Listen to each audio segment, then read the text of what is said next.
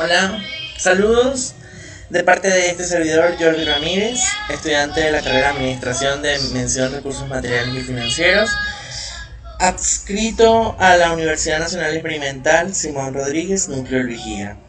En la oportunidad de hoy tengo el gusto de compartir un tema bastante interesante respecto a la estructura financiera de las filiales. Espero tratar de ser lo más específico posible. Sé que se debía realizar la actividad en 2 minutos, pero 2 minutos para mí no son suficientes para compartir este tema. Iniciamos. Brevemente, debemos entender qué es la estructura financiera. Y no es más que otra cosa a la referencia que tenemos en cuanto a la forma en cómo las empresas, instituciones, organizaciones y demás buscan ya sea de corto, mediano o largo plazo en un determinado tiempo, escoger o saber tomar decisiones. Estas decisiones van a ser reflejadas en el balance general y obviamente va a reflejar todo el capital, tanto de las deudas contables, de cada uno de los accionistas. Sin embargo, esto es exigible porque los accionistas necesitan saber hacia dónde va su dinero y qué rentabilidad van a tener. Si bien es cierto, para ello una de estas estructuras o la base principal, la forma contentiva de la estructura financiera es el costo del capital. Este también se reconoce como la tasa mínima de rendimiento y no es más que otra cosa que el porcentaje económico representado en un valor económico en que los accionistas o inversores desean o aspiran tener de ganancia o de resultado. Por eso se llama tasa mínima de rendimiento. Es decir, yo no trabajo con la finalidad de llevar a pérdidas un negocio. De hecho, si se crea un negocio es para generar ganancias. Y siempre voy a desear o aspirar tener un porcentaje de ganancia. Claro que hay ciertas regulaciones estatales donde se establece que este porcentaje no debe sobrepasar, si no me equivoco, el 30% en la mayoría de las empresas, y creo que estamos hablando de un rendimiento anual, ¿no? Generalmente es anual. Sin embargo, pues tenemos el concepto ubicado por Roberto 2019, donde nos dice que el costo de capital es un recurso financiero, ya sea propio o externo, que busca ralentizar las ganancias. O también, en concordancia con lo que dice este mismo autor, también encontramos la opinión de Esparza en el 2021 y dice que es el costo de cada una de las fuentes de financiamiento. No es más que otra cosa que es el dinero que yo poseo, pero a esto yo le voy a restar mis obligaciones. Y allí yo voy a obtener mi capital o mi patrimonio propiamente dicho. Obviamente este va a tener principales características, y es que el costo no es observable directamente. No es que hoy pongo mi dinero y ya yo voy a visualizarlo hoy mismo cuánto he ganado. De hecho, tengo que esperar que transcurra el tiempo para poder determinar esto. Obviamente el cálculo lo hace complejo y más que todo por las obligaciones que se asumen. Generalmente esto, para poder calcularse, debe ser valorado a través de una valoración de activos financieros, a través de un modelo que ha implementado la CAP. Y también obviamente se establecen reglas como que a menor riesgo obviamente va a haber menor costo de capital. Es decir, si yo invierto menos, no voy a esperar obtener ganancias abismales. Es eso lo que quiere decir. Por ejemplo, yo voy a poner de ejemplo, yo, Jordi Ramírez, decido constituir una empresa, ¿no? Y yo me dedico al área protésica porque soy técnico superior universitario en mecánica dental, graduado de la UNEFA, y quiero que mi objeto social se redirija hacia la creación de un laboratorio dental llamado Dientes Jabón, ¿ya? No es tanto suposición, lo voy a poner como ejemplo porque está sucediendo en mi vida real, si existe tal laboratorio. Sin embargo, yo decido, por ejemplo, constituir esta empresa o este laboratorio con un capital aproximado de 4.000, o no hablemos de valores aproximados, sino valores exactos, de 4.000 petros. Vamos a hablarlo en moneda supeditada a nuestro Estado Nacional, Venezuela, ¿no? Donde la inflación, ahí sí lo vamos a poner como vamos a poner aquí el puntero, que me gusta guiarme con el puntero. Como suposición tenemos un 12% de inflación. Entonces, pero de esos 4.000 petros, yo solamente he invertido 2.000 petros. Jordi Ramírez, he invertido 2.000 petros porque eso es lo que tengo. Sin embargo, de los 4.000 que tengo como capital, 1.000 fueron obtenidos por el Banco de Venezuela a través de una deuda, a través de un crédito, y los otros 1.000 también fueron obtenidos o han sido participados gracias a unos odontólogos socios que tengo. Entonces el total de mi capital neto serían 4.000 petros, hablándolo en petros, ya que he empezado mi ejemplo con este ritmo, ¿no? Lo que representa que 2.000 viene siendo el 50% del capital total, ha sido una participación mía. Mientras que el otro 50% se distribuye la mitad para el banco, que me ha acreditado un crédito, valga la redundancia, y el otro 25% ha sido por mis socios. Sin embargo, para poder calcular el rendimiento, debo aplicar la sencilla operación básica o fórmula que se denomina tasa mínima de rendimiento acumulado. Es decir, que la inflación más quiere decir que la inflación más el premio riesgo va a darme la estimación o la rentabilidad. ¿Ya? ¿Cómo se explica esto de manera porcentual? Quiere decir que si yo tengo una inflación del 10% y yo aspiro tener un 10% de ganancia en ese año, mi tasa mínima de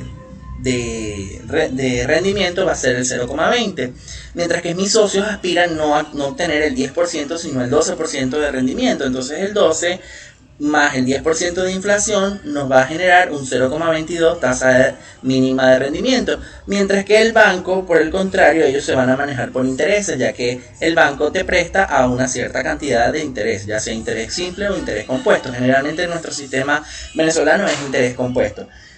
Redondeándolo para no hacer tan complejo la explicación de mi ejemplo, lo voy a manejar otra vez una tasa de interés simple del 25%. Entonces, esto me va a definir que mi 50% de participación multiplicado por el 0,20 que ha sido obtenido de la tasa de rendimiento que he calculado anteriormente me va a generar un 0,1005% de rentabilidad. Y asimismo voy a sacarle mi porcentaje de rentabilidad a cada uno de los socios o participadores, los odontólogos y en su caso el banco, ¿no? Ya que han sido socios locales, internos o externos. Entonces, estas tasas yo empiezo a sumarlas cada una y me va a generar un 0,2183%. Si lo llevamos a un carácter porcentual, nos va a dar el 21,83%. Para que mi empresa sea funcional y se mantenga operativa, necesito que anualmente me genere un 1,83% de rentabilidad o de ganancia al año. Y esto lo he obtenido a través de operaciones sencillas que me determinan lo que es el costo de capital. A esto obviamente debo sumarle el costo operativo, el costo de producción y todos los recursos contables que necesitemos aplicar para poder determinar si mi empresa va en subida o por el contrario va en bajada, va en quiebra. Sin embargo, para ello es importante reconocer qué es el capital contable. Y el capital contable no es más que otra cosa que la diferencia que existe entre el activo, o sea, lo que le pertenece a mi empresa o a las empresas, con la relación con el pasivo, es decir, con las obligaciones que tiene que pagar.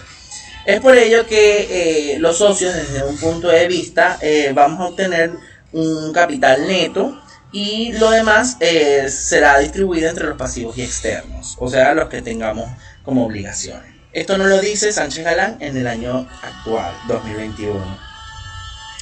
Obviamente, ¿qué busca el capital contable? Busca medir la inversión de cada uno de los socios y determinar cuánto le pertenece a cada uno. Por supuesto, volviendo a mi ejemplo, como ya yo he definido inicialmente que yo tengo 50% del capital, obviamente voy a aspirar a ganar más que lo que puede ganar mis socios locales o externos, como lo son los odontólogos, que han puesto 25%, o sea, la mitad de lo que yo puse, ellos van a ganar la mitad de lo que yo puse, o pueden aspirar un poquito, pueden aumentar el porcentaje, pero nunca pueden aspirar a ganar más que yo. Es básicamente eso lo que hace referencia al capital contable. Tenemos dos tipos de capitales: el capital contribuido, que es el capital propio de la empresa, y bueno, estos han sido definidos de acuerdo al origen, o sea, de acuerdo a dónde proviene la fuente de ingreso. Ya sea, como lo retomo nuevamente, el primero encontramos el capital contribuido. Esto lo vamos a obtener a través del capital social, es decir, ya sea propio o por mis socios, a través de las aportaciones futuras que van en aumento. Es decir, que si yo para el año 2021, que he iniciado mi empresa, por ejemplo, que no sé si ha sido antes, en el año 2021 yo inicié con un capital de 4.000, pero para el año 2022 ya tengo una ganancia, un enriquecimiento que debería ser el 21,83%, es decir, más del 20%. De 4.000 petros, eso debería representar casi aproximadamente 850 petros. Entonces yo tengo que tener la estimación de sumar esos 850 petros a, vamos a ver si escribo, 850 petros de 4.000, que era mi capital, nos va a deducir 4.850, lo que nos determinaría que estas son las aportaciones futuras que han sido en aumento, ¿no? Fueron en aumento. Uy.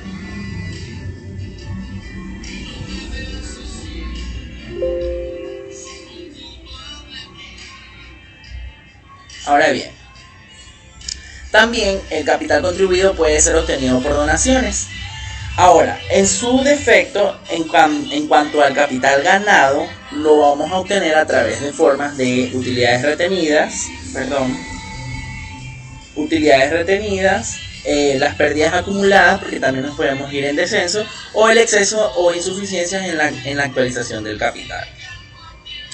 Obviamente el capital contable va a estar compuesto o necesariamente va a tener que ser participado por un capital social, o sea, es decir, por las personas que integran la empresa, los dividendos, las reservas, porque obviamente las empresas acostumbran a de su ganancia ahorrarlo en otro fondo, que es el fondo de reserva, y a futuro, si lo llegase a necesitar, empieza a utilizarlo. Y otras utilidades, ya sean utilidades que se adquieren a través de ventas de maquinaria, de adquisición de activos fijos, o ventas de activos fijos, ya sean fijos o muebles o inmuebles.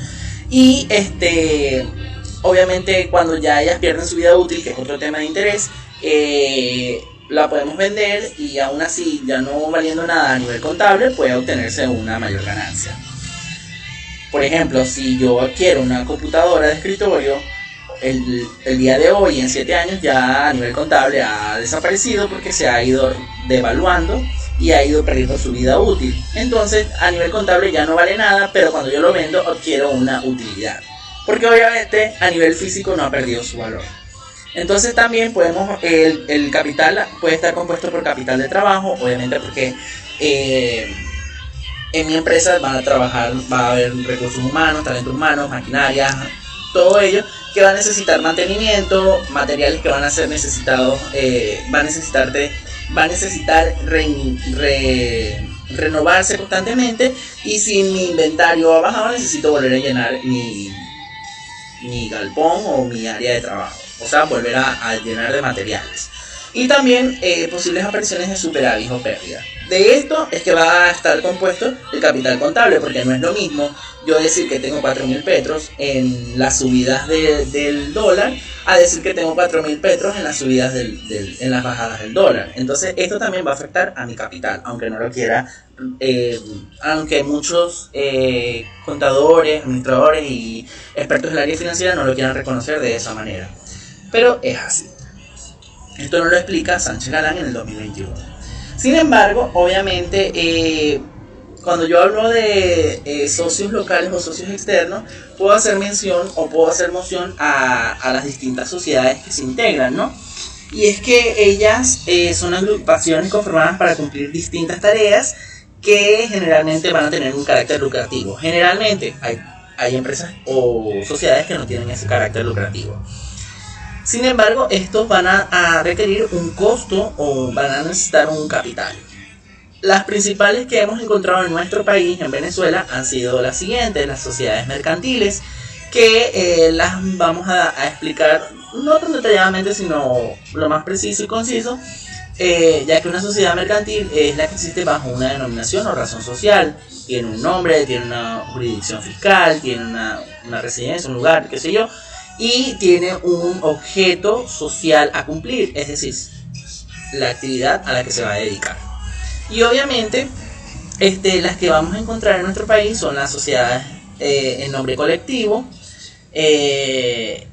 Las en nombre colectivo básicamente están garantizadas por, digamos, una responsabilidad limitada y solidaria por parte de todos los socios. Y obviamente generalmente nace de una sucesión de compañías. Entonces, bueno, todo socio cuyo nombre esté incluido en esta razón social, obviamente va a estar autorizado para llevar a cabo las funciones las funciones y obligaciones de la compañía, ¿no? De la sociedad. Sociedad y compañía básicamente son lo mismo, más que todo es como un juego de palabras, de acuerdo a cómo le quieras poner tú a tu empresa. Las sociedades en comandita son otro tipo de sociedades, ¿verdad? Disculpe que no las estoy señalando. Las sociedades en comandita, bueno, responden a la totalidad de un patrimonio en la que las actividades sociales también van a ser ilimitadas van a ser limitadas a diferencia de la primera que nombré, y obviamente van a ser solidarias. Estas van a tener un capital únicamente aportado y obviamente no tienen un número de socios específicos. De hecho, casi todas las compañías o las sociedades no tienen números específicos, salvo excepción de las firmas personales, que obviamente necesitan de un solo socio, que más adelante también las explicaré.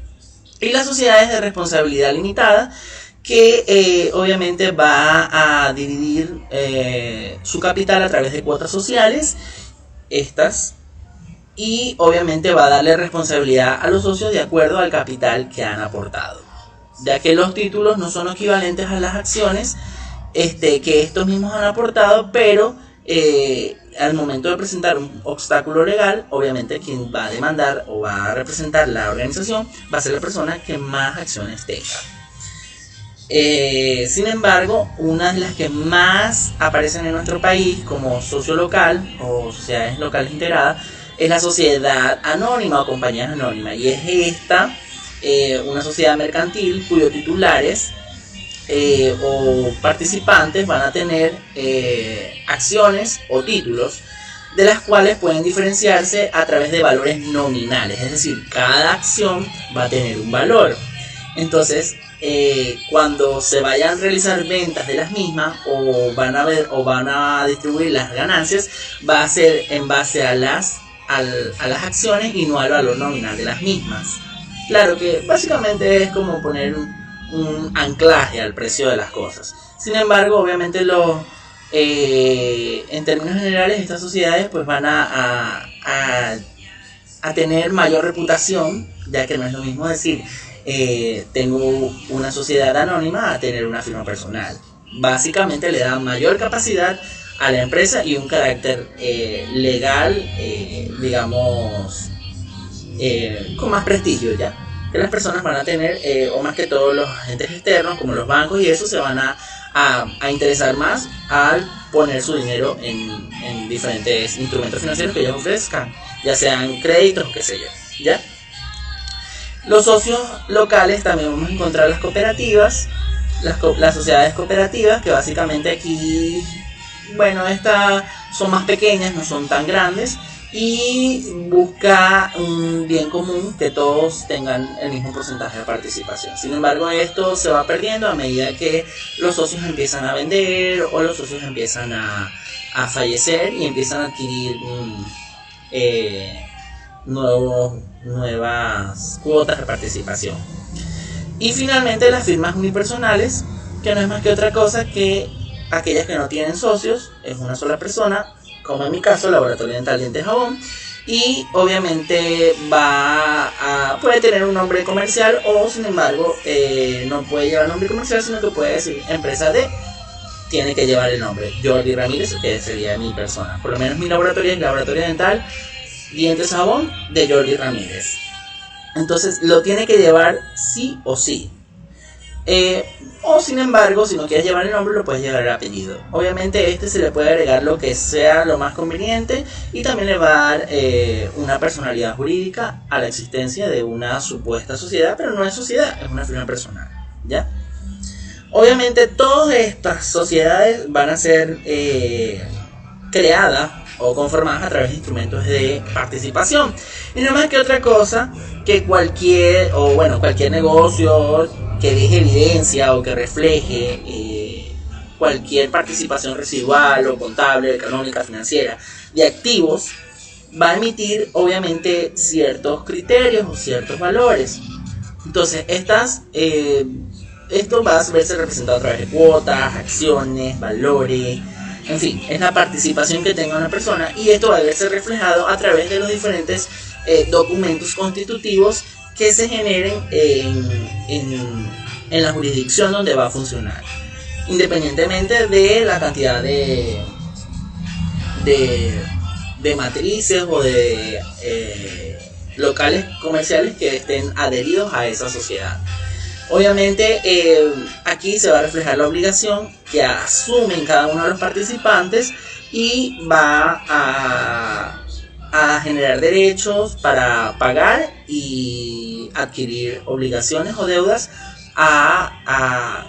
o todo lo que le permita para que la empresa funcione. Básicamente, en teoría, son los documentos constitutivos que se realizan en nuestras notarías, en nuestros registros principales, SAREN, que se realizan en todo el territorio nacional. Obviamente, cuando hablamos de las obligaciones, ¿quiénes son los que adquieren las obligaciones? Obligaciones o pasivos son aquellas deudas que adquiere una persona, ya sea natural o jurídica, para pagar. Es todo lo que no me pertenece, y aquí entran pasivos locales y pasivos importados. Los locales básicamente son los tributos, impuestos, aranceles y tasas que se pagan para los diferentes trámites administrativos, operativos, en fin, que se requieren para el crecimiento y fortalecimiento de los recursos económicos de la nación. ¿Quiénes son los que pagamos? ¿O quiénes son los que pagan? Los contribuyentes, los sustitutos del contribuyente, los obligados a realizar pago fraccionado, los retenedores. ¿Quiénes son los retenedores? Los que pagan impuesto de valor agregado, ¿ya? Los obligados a practicar ingresos a cuentas, los obligados a repercutir, los obligados a soportar la repercusión, es decir, lo que es seguridad social, la política habitacional, que ya no se llama así, ahora se llama FAO, que es Fondo Obligatorio o Voluntario para el Ahorro de la Vivienda, algo así creo que es. Y obviamente también vamos a encontrar los obligados a soportar ingresos a cuenta, los sucesores, los beneficiarios de supuestos de excepción, devoluciones, bonificaciones tributarias, etc. Bueno, infinidades. Esos son los locales, y también tenemos los importados cuando traemos maquinarias, equipos o materiales de importación, es decir, que vienen desde fuera del país y nos benefician a nosotros como nación. Pero obviamente, si ya es un bien adquirido y producido acá, el de acá tiene que ser más económico para incentivar la economía local, y el extranjero o el exportado tiene que incrementarse en unas tasas, que eso lo establece generalmente el gobierno nacional para para que el gobierno adquiera no solamente recursos, sino que también se haga imposible pagar, digámoslo así, y el mercado se redirija a un mercado local y no un mercado internacional. Que no es tan malo comprar afuera, pero debemos contribuir a la formación propia de nuestra propia economía. Muchas gracias, y aquí están las referencias bibliográficas que me he tomado la molestia de tomar. Documentado sobre Ana Milena Medina, al Centro de Estudio Financiero, Daniel 2007, Esparza, García Bojorge, Héctor Marín Ruiz, Roberto Sánchez y Torrento. Muchas gracias. En una nueva oportunidad tendremos la oportunidad, esperemos que tengamos la oportunidad de volvernos a ver y abrazarnos, que ya esta pandemia del COVID se vaya. Gracias.